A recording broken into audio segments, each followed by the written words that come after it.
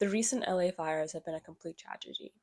Over 2 dozen deaths to date, and thousands have been displaced. And about 11,000 homes were wiped out by the two wildfires. And economic disruption is estimated to be in the billions. There are already fears that people can't afford to rebuild and that surrounding areas will become priced out. By looking at other fires, we can learn from mistakes and get an idea of what's potentially to come for LA. Specifically, I'll bring up examples in Hawaii, other fires in California, as well as Colorado. Taking a look at other fires, Maui in Hawaii was already one of the most expensive places pre-2023, and the fire reduced housing stock even further. Insurance companies and government programs helped pay for rents after the disaster. However, in some ways, things were actually inadvertently made worse. For example, FEMA helped pay for housing, but this didn't bring new housing stock online. They also paid higher rates to try and encourage more short-term rentals to convert to long-term housing. However, as it didn't have to be a short-term rental to qualify, there are questions on the effectiveness of this approach. Overall, while this policy did help house people, it was done at a high cost and also led to increased prices for those looking to rent non-FEMA properties. And so think about this too. So if you didn't have to be a short-term rental to qualify, maybe you're already going to rent out your house anyway, and now FEMA was paying a higher rate for you to rent it out. Overall, in the aftermath of the fires, we can see how expensive prices got. One woman said that they had a rental of $7,600, and she paid this alongside her mortgage, which was over $3,000 a month. That's exorbitant. As for LA, there are already reports of rental prices increasing. Despite a ban on price gouging, inevitably some landlords are finding a way to cash in. Senior economists at Realtor.com saw jumps over 20% in rental prices in zip codes near the fire areas in early January. In a tightened housing market, it'll be more common to hear about increased prices, bidding wars, and paying months of rent upfront. The home price increases may reverberate outside of LA to surrounding cities as well. In the immediate aftermath, people will move as they need somewhere to live. LA and California in general have already been facing a historic housing affordability crisis, a large part of which is due to the lack of inventory. Some people may decide or be forced to move outside of LA due to housing prices, job prospects, or other reasons. For comparison, this study found after the 2018 Camp Fire in Paradise, California, there were increases in surrounding city migration. People moved from Paradise to some of the surrounding cities, including Chico.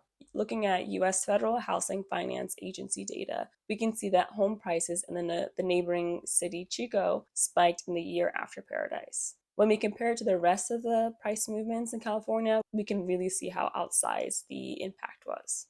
The price changes were most evident about a year after the fire. Thus, we could possibly see housing inflation in the neighboring LA cities or LA neighborhoods unaffected by the fire a year from now. That would make sense, as about a year later is when insurance and other assistance tends to fall off. Even if your home was not directly impacted by the fires, everyone in California is facing higher premiums or potential special assessment charges as a result of the LA fires. For those unfamiliar with special assessments, they can happen if our insurer of last resort, aka the FAIR Plan, runs out of money. Unfortunately, the FAIR Plan vice president stated barely a year ago that we were one event away from a very large assessment. I also want to call out in particular those who rent when it comes to insurance. Renters tend to be underinsured, and even if a landlord gets their property rebuilt, a tenant still may be out all of their valuables. In addition to insurance gaps, renters may also have to face difficulties with landlords who attempt to keep prepaid rent and security deposits even when the renter is legally entitled to their money. Even if you're lucky and your home is spared the worst, there are still other impacts to contend with. This study found increased headaches and medical issues in the year following the Colorado Marshall Fire. That can mean increased medical expenses for those staying in zones affected by the fire as well. But when people do move, is it temporary? Some of these moves very well may be permanent, even if people don't intend them to be. National stats are at around 25% rebuilt 5 years after a fire, but in California it tends to be higher at over 50% rebuilt within 5 years after a fire. This data is before the Paradise, California fire, which had much lower rebuilding rates. Paradise, in fact, had only about 20% of homes rebuilt 5 years later after, so it definitely can and does vary. As for LA, we can definitely say some of these moves to neighboring cities will be permanent, but time will determine the exact breakdown. You may wonder though, what prevents people from coming back anyway? And there are a few reasons for that. So as I alluded to earlier, it takes a long time to rebuild. And unfortunately, you're not just starting from zero, you're starting from a few paces back. When a fire occurs, there can be toxic waste that needs to be moved before rebuilding can start. Also, it's not just homes that burn, but utilities and businesses as well, and those need to be rebuilt. Even if you can get your home rebuilt quickly, you could still not be able to move in if there's no water or electricity connection. Or your home could be rebuilt quickly, but what about the schools to send your children to or grocery stores to shop at? These things take time to rebuild, and everyone's competing for the same resources to build them. It's common for there to be shortages of materials and labor. Unfortunately, LA already had a construction shortage, and there are concerns that it could worsen. LA Builders Association founder estimates that it could take 20 years or more to rebuild. Even if you're conceptually fine with a time frame to rebuild, it's incredibly expensive. Many do have aid that they can take advantage of, but it's often temporary and can end before construction begins, let alone ends. When aid ends, people are left shouldering rental payments for the temporary accommodation and mortgage payments on their property that they are trying to rebuild.